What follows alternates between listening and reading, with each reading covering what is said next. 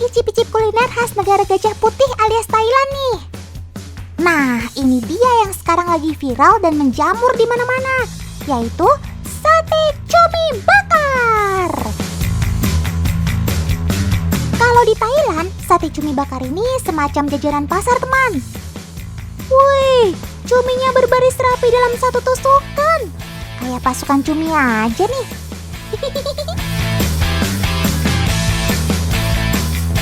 Sebelum dibakar, cumi sudah dilumuri perasan jeruk nipis untuk mengurangi bau amis. Oh iya, cumi segarnya harus selalu dalam kondisi dingin, jadi bisa disimpan bersama es batu begini. Jika dibiarkan begitu saja tanpa es batu, maka daging cumi akan mengalami oksidasi lemak. Ini bisa merusak kandungan protein dan meningkatkan jumlah bakteri. Oh iya, masak cuminya tidak boleh terlalu lama ya teman, karena bisa membuat daging cumi menjadi alot. Beri saus pedas khas Thailandnya saat cumi sudah setengah matang. Supaya matang sempurna, Chef Chris menggunakan alat yang bernama portable torch. Otan juga baru lihat nih, keren bisa nyemburin api. Tenang aja, alat ini aman kok. Pesanan Otan udah jadi nih. Kuy, langsung sikat kak.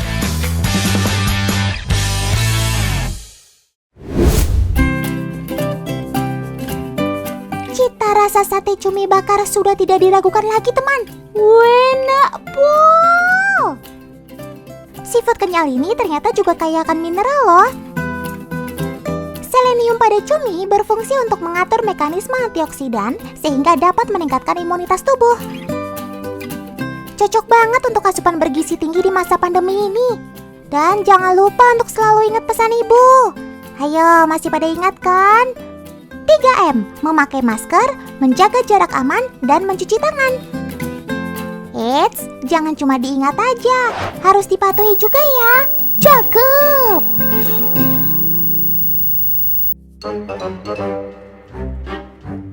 Setelah Otan cari tahu, ternyata makanan laut mengandung sejumlah senyawa arsen organik itu fakta teman. Tapi senyawa arsen pada makanan laut tidak menimbulkan efek toksik atau racun. Dan senyawa arsen juga tidak akan bereaksi dengan vitamin C yang terkandung dalam jeruk. Jadi, mengonsumsi seafood dengan air jeruk secara bersamaan bikin keracunan arsenik sampai menyebabkan kematian. Itu mitos. Kadar arsenik yang masuk ke dalam tubuh melalui makanan masih dalam kategori aman kok. Bila ada yang mengalami keracunan, ada kemungkinan disebabkan seafood yang dimakan tidak segar. Selain itu, biasanya karena seafood tersebut dikonsumsi terlalu berlebihan.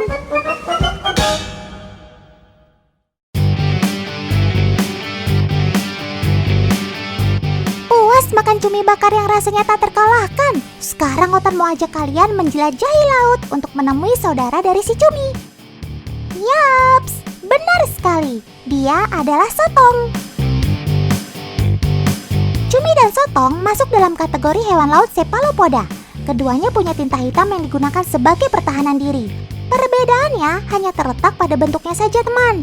Cumi cenderung lebih kecil daripada sotong. Tuh, beda kan? Jadi jangan bingung lagi ya membedakan dua sobat ini. Oh iya, sotong disebut juga sebagai bunglon laut teman, karena ia mampu mengubah warna kulit dengan sangat cepat.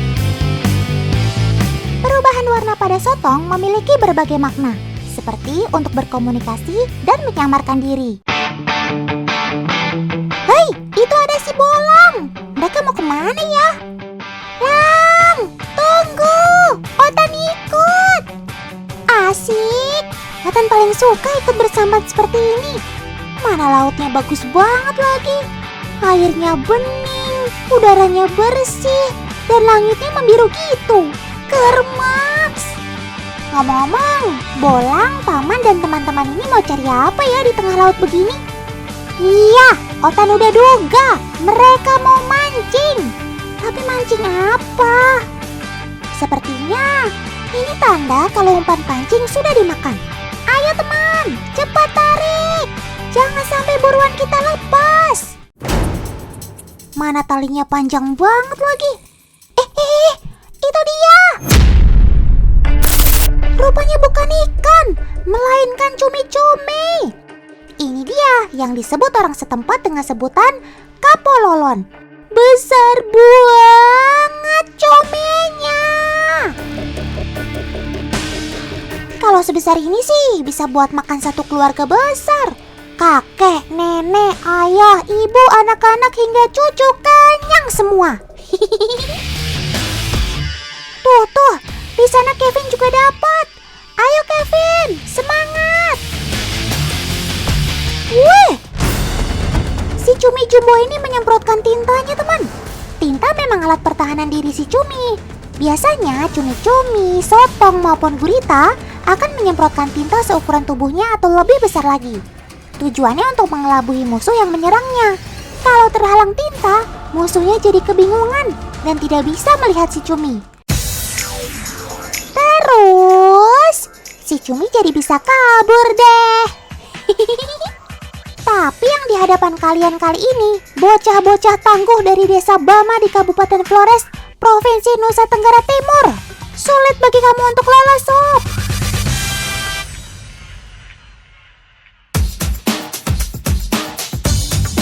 Teman di rumah pasti pernah melihat tinta cumi dan juga tinta sotong kan? Iya, warnanya memang kehitaman gitu deh. Aromanya gamis. Tapi siapa sangka, di balik warnanya yang kelam ini, tintanya juga dapat diolah jadi berbagai hidangan lezat. Bisa dibuat pasta tinta. Ada yang mengolahnya jadi mie tinta cumi. Bisa juga dijadikan olahan nasi goreng. Bahkan ada juga loh kerupuk lezat yang memakai tinta cumi sebagai penyedap dan pewarnanya. Rasanya memang gurih-gurih sedap. Tak hanya dijadikan bahan makanan, sejak zaman dahulu, tinta cumi dan sotong juga dimanfaatkan manusia untuk menulis dan juga melukis.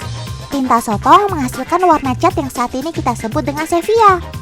Warna sepia adalah warna coklat kemerahan. Dan pewarnaan ini dipakai dalam banyak karya tulisan dan juga lukisan pada zaman tersebut.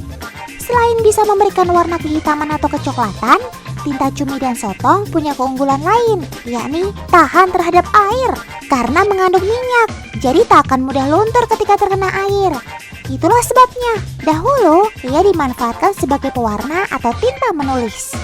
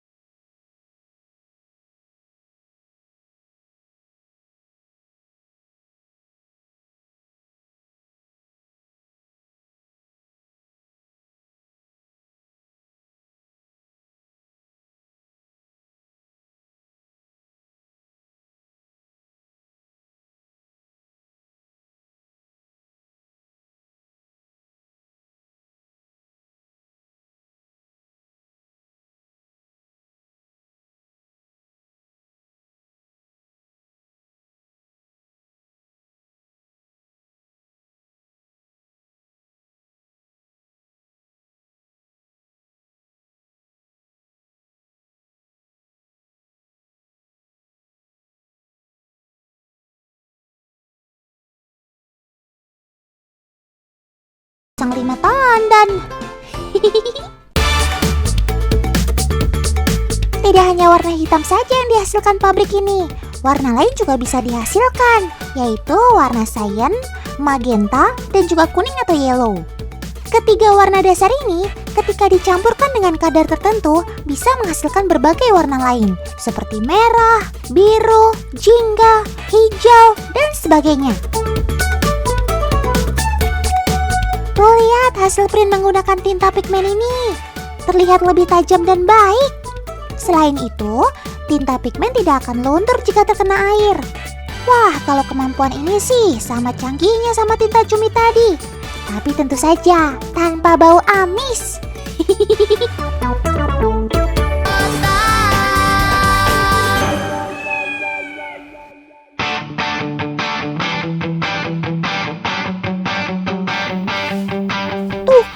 Masih ada daun tuh di situ.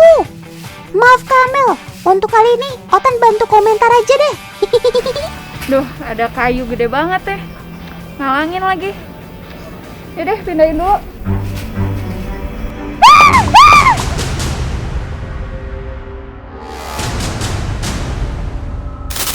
naga. Otan ikutan merinding. Ibarat pepatah ada gula ada semut juga berlaku untuk yang satu ini. Ada kayu, ada rayap.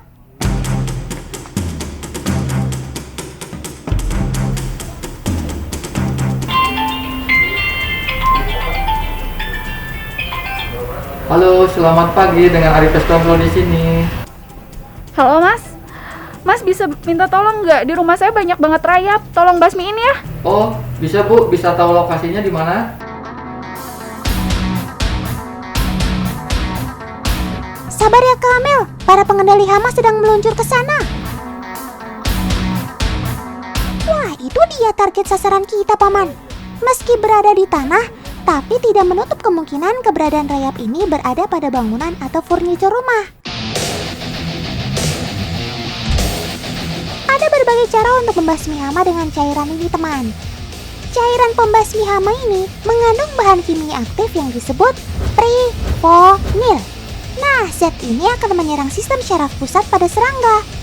Cara penerapan yang pertama dengan injeksi alias penyuntikan. Karena rayap tanah ini bersarang di dalam tanah, maka perlu dilakukan penyuntikan agar obat mudah meresap ke dalam tanah. Alat penyuntik ini dapat menembus kedalaman sampai 100 cm. Proses selanjutnya adalah spray atau penyemprotan. Jika pestisida sudah bekerja dari dalam, maka dengan menyemprot bagian luar yang terlihat mata akan membuat rayap musnah lebih cepat. Oh my god! Ternyata benar teman kekhawatiran Kamel. Serangan rayap sudah menjajah ke dalam rumah. Tuh lihat, kusen jendela yang lapuk dan bolong seperti ini, tanda-tanda positif rayap sudah bergerilya di dalam sana. Ayo Paman, segera kita basmi. Jangan sampai mereka sudah menjalar kemana-mana. Cara kerja pestisida ini akan menyerang koloni rayap secara perlahan tapi pasti. Jika rayap berada di tempat yang sudah diberi cairan obat, maka tubuhnya juga akan membawa racun itu kemanapun ia pergi. Oh iya, sistem pengendalian hama dengan cairan yang disemprot tidak membuat kayu atau struktur bangunan lainnya menjadi rusak, oh teman. Jadi aman terkendali. Wah, terima kasih ya Paman pengendali hama. Mudah-mudahan seluruh rayap di rumah ini akan lenyap secepatnya.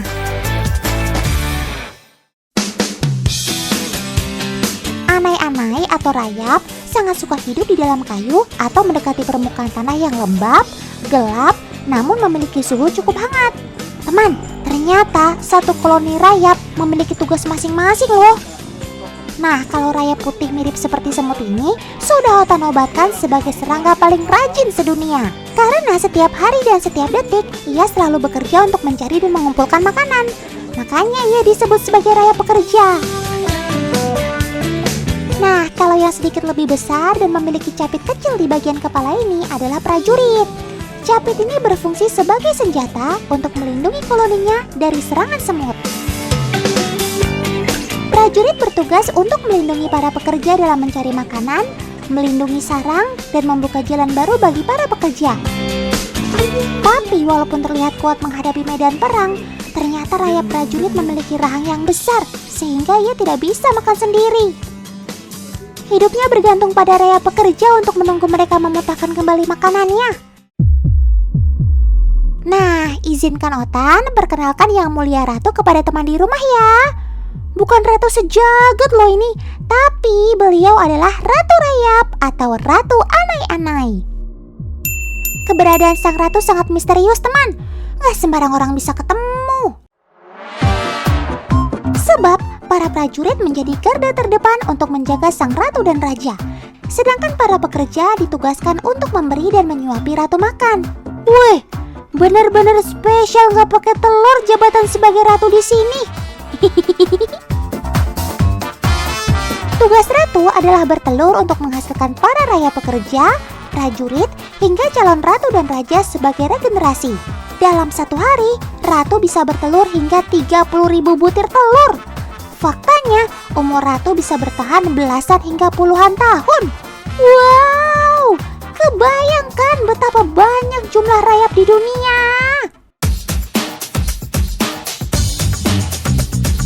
Wah, bapak-bapak prajurit ini kelihatannya lagi sibuk banget. Permisi Pak, Otan mau tanya jalan keluar dari lorong tanah ini kemana ya? Pak? Loh. Kok jalannya malah di portal sih? Terus Otan keluarnya gimana dong Sob? Astaga, ternyata rayap-rayap ini dalam keadaan genting teman. Gawat, keberadaan mereka sudah diketahui oleh si semut. Iya, ini artinya para semut menemukan sumber makanan mereka. Para rayap prajurit dengan cekatan membangun benteng untuk menutup jalan si semut. Gawat, semakin banyak semut hitam yang datang.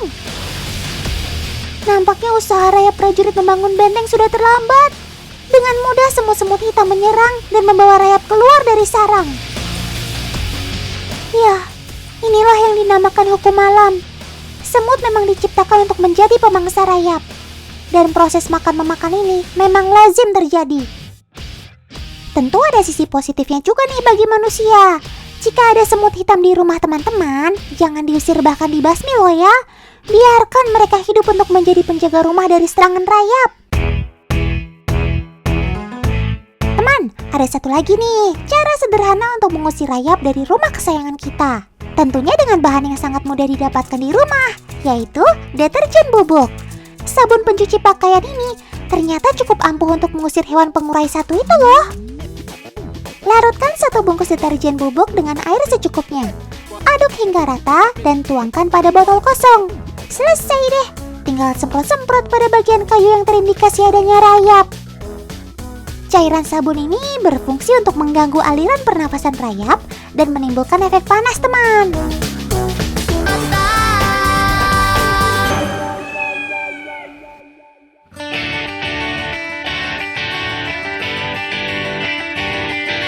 Selamat datang di Dubai. Bagian dari Uni Emirat Arab ini selalu bikin Otan terpesona. Sungguh terpesona.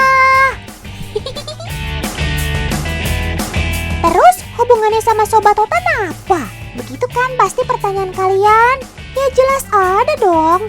Karena Emirati, sebutan bagi penduduk asli di sini, sangat sayang sama sobat Otan yang satu ini. Yap, betul. Dia adalah falcon, alias burung alap-alap. Si alap-alap ini bahkan menjadi simbol negara Uni Emirat Arab loh. Tuh lihat aja, wajahnya eksis di mata uang dirham. Cakep. Sebenarnya alap-alap bukan hewan endemik gurun Arabia, tapi mereka terbang luas di seluruh benua kecuali Antartika. Saat sobat Otan ini melintasi gurun Arabia, suku Baduy terpukau dengan kecepatan terbang burung alap-alap. Suku Baduy yang saat itu membutuhkan asupan protein pun memanfaatkan burung alap-alap untuk berburu. Sejak saat itulah, burung alap-alap menjadi kesayangan suku Baduy dan berlanjut hingga hari ini. Kalau sekarang sih, burung alap-alap sudah tidak dipakai untuk berburu teman. Ini cuma simulasi untuk hiburan para turis semata kok. Sekarang mereka lagi santuy di rumah tuannya.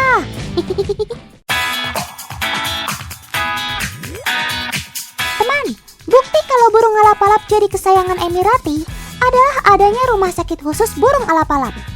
Kalian gak salah dengar kok.